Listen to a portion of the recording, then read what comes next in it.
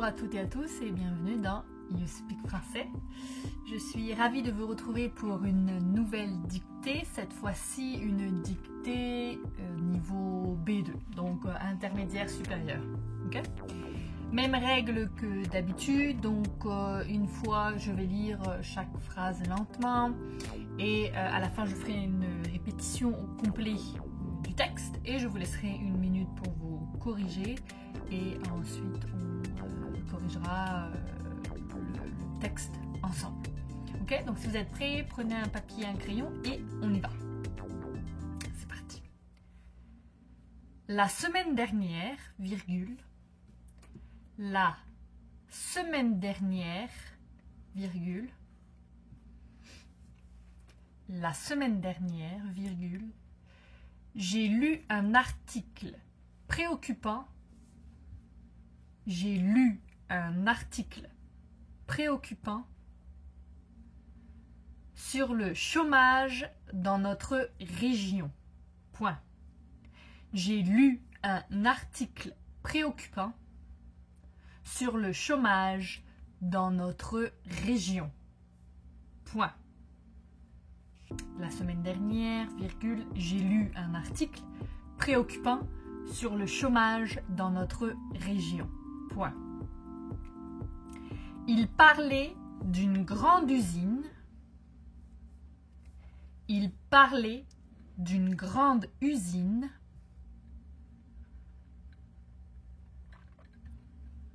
Il parlait d'une grande usine qui a récemment fermé ses portes, virgule, qui a récemment fermé ses portes, virgule,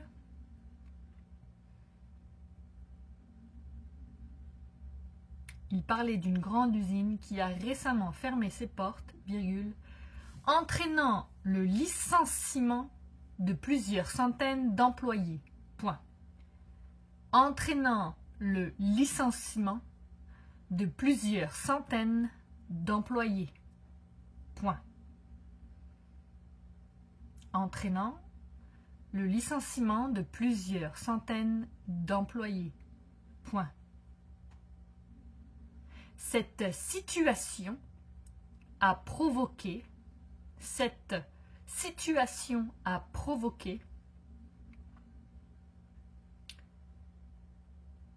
une vive inquiétude parmi les travailleurs. Cette situation a provoqué une vive inquiétude parmi les travailleurs, virgule. Cette situation a provoqué une vive inquiétude parmi les travailleurs, virgule, dont beaucoup avaient consacré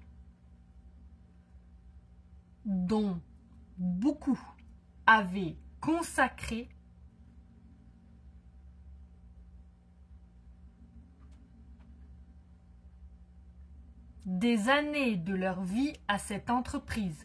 Point. Dont beaucoup avaient consacré des années de leur vie à cette entreprise. Point.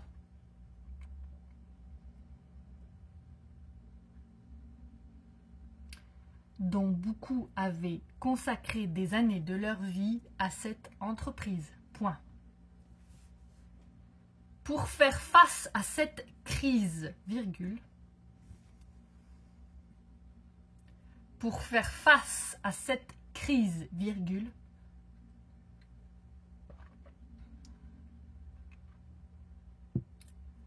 les anciens employés se sont rendus. Les anciens employés se sont rendus. Les anciens employés se sont rendus au guichet de l'agence pour l'emploi, au guichet de l'agence pour l'emploi,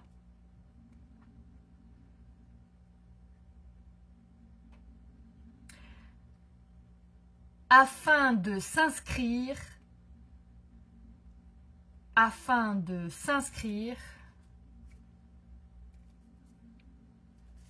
et de bénéficier d'aides financières. Point. Afin de s'inscrire et de bénéficier d'aides financières. Point. Pour faire face à cette crise, les anciens employés se sont rendus au guichet de l'agence pour l'emploi afin de s'inscrire et de bénéficier d'aides financières. Point. Malheureusement,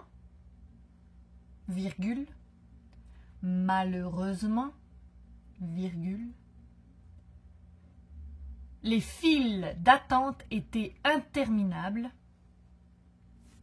Les files d'attente étaient interminables. Les files d'attente étaient interminables. Et certains ont dû attendre.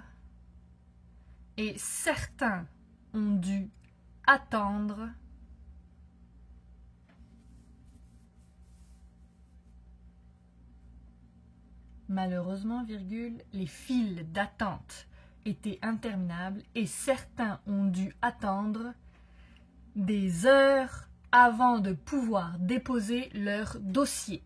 Point. Ont dû attendre des heures avant de pouvoir déposer leur dossier. Point. Ont dû attendre des heures avant de pouvoir déposer leur dossier. Point. Cette situation montre à quel point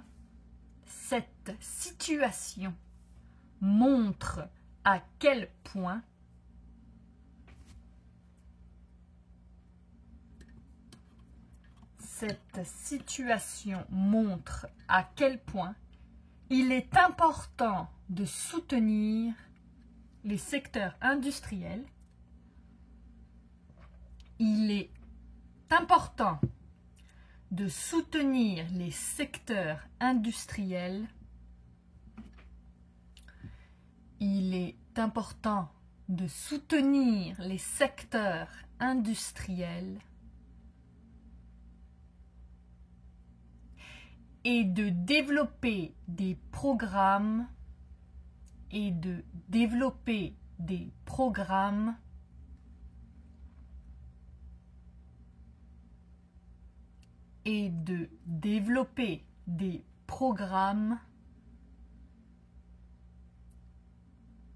de reconversion professionnelle pour ceux qui perdent leur emploi.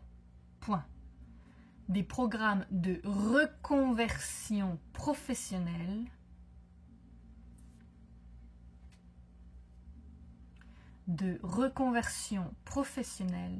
pour ceux qui perdent leur emploi. Point. De développer des programmes de reconversion professionnelle pour ceux qui perdent leur emploi. Point.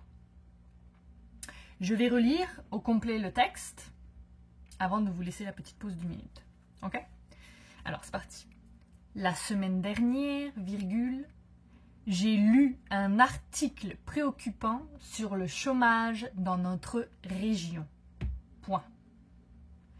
Il parlait d'une grande usine qui a récemment fermé ses portes, entraînant le licenciement de plusieurs centaines d'employés. Point. Cette situation a provoqué une vive inquiétude parmi les travailleurs, dont beaucoup avaient consacré des années de leur vie à cette entreprise. Point. Pour faire face à cette crise, les anciens employés se sont rendus au guichet de l'agence pour l'emploi afin de s'inscrire et de bénéficier d'aides financières. Point. Malheureusement, les files d'attente étaient interminables et certains ont dû attendre des heures avant de pouvoir déposer leur dossier. Point.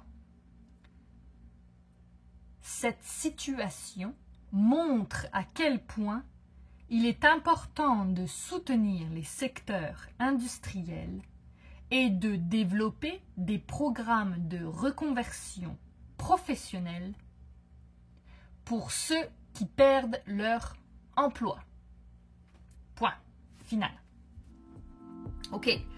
Je vais vous laisser une petite minute pour vous corriger. Si vous avez besoin de plus de temps, vous mettez la vidéo en pause. Si vous avez besoin de réécouter le texte au complet parce que vous avez loupé un mot, vous revenez en arrière.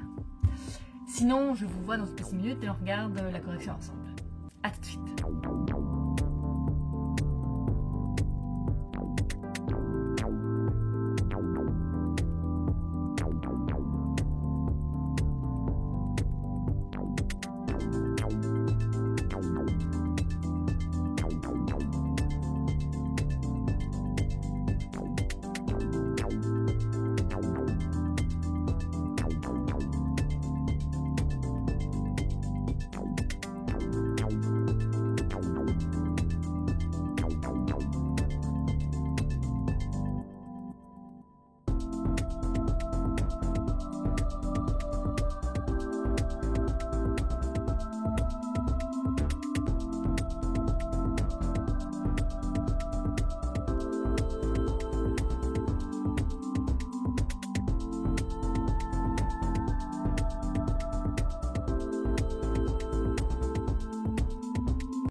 Donc on est de retour, la minute de pause pour vous corriger est terminée. On va regarder la correction ensemble, ok? C'est parti. La semaine dernière, j'ai lu un article préoccupant sur le chômage dans notre région, ok? Ici, je ne pense pas qu'il y ait trop de difficultés. Par contre, je voudrais juste faire un petit point sur préoccupant. Préoccupant, dans ce contexte, est un adjectif participe. D'accord? Qu'est-ce qu'un adjectif participe? C'est en fait un participe présent. Donc normalement, participe présent, vous devriez savoir ce que c'est. J'ai fait une vidéo sur le sujet, si jamais vous avez oublié. Je vais mettre le lien dans la description. Mais donc, l'adjectif participe est un participe présent qui est devenu un adjectif. D'accord? D'où le nom adjectif participe. Okay. Et donc, comme tout adjectif, il exprime une qualité ou un état. Et, très important, il s'accorde en genre et en nombre avec le nom auquel il se rapporte. Dans ce cas, ici, nous sommes sur « j'ai lu un article préoccupant ». D'accord? J'ai lu quoi? Un article. C'est l'article qui est préoccupant. Préoccupant, ici, qualifie l'article.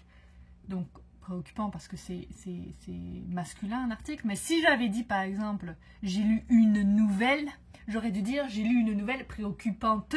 Ok? Parce que, comme je disais, nous sommes sur un adjectif participe qui doit donc s'accorder en genre et en nombre. Ok? C'est la petite différence avec un participe présent. Ok? Chômage, bien faire attention, l'accent circonflexe sur le haut. Ok? Phrase numéro 2.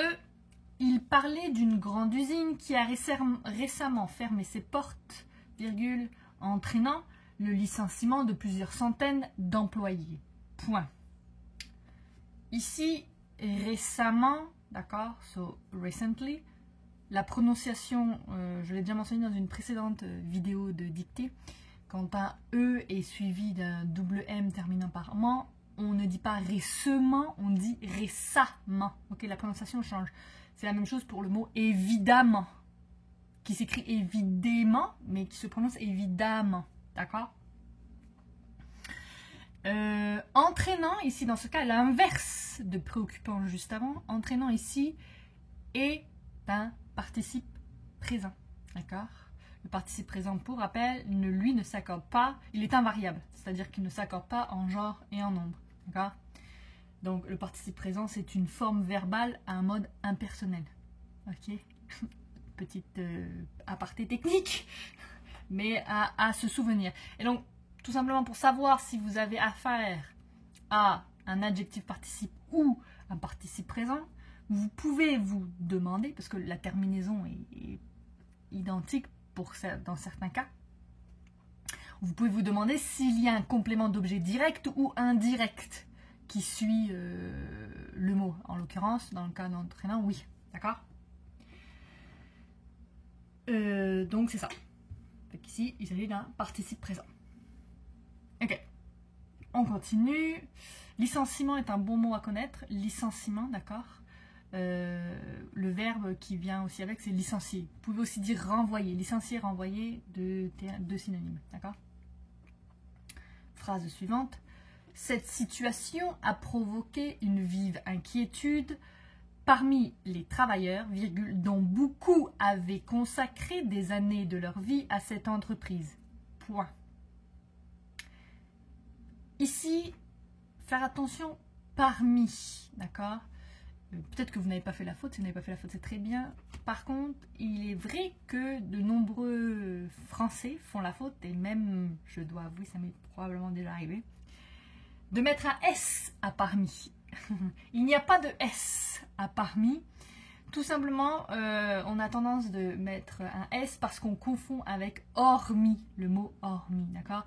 Parmi veut dire à l'intérieur d'eux, au milieu d'eux, faire partie d'un groupe, d'accord? Donc, c'est une préposition qu'il ne faut pas confondre avec hormis. Hormis qui est en dehors d'eux.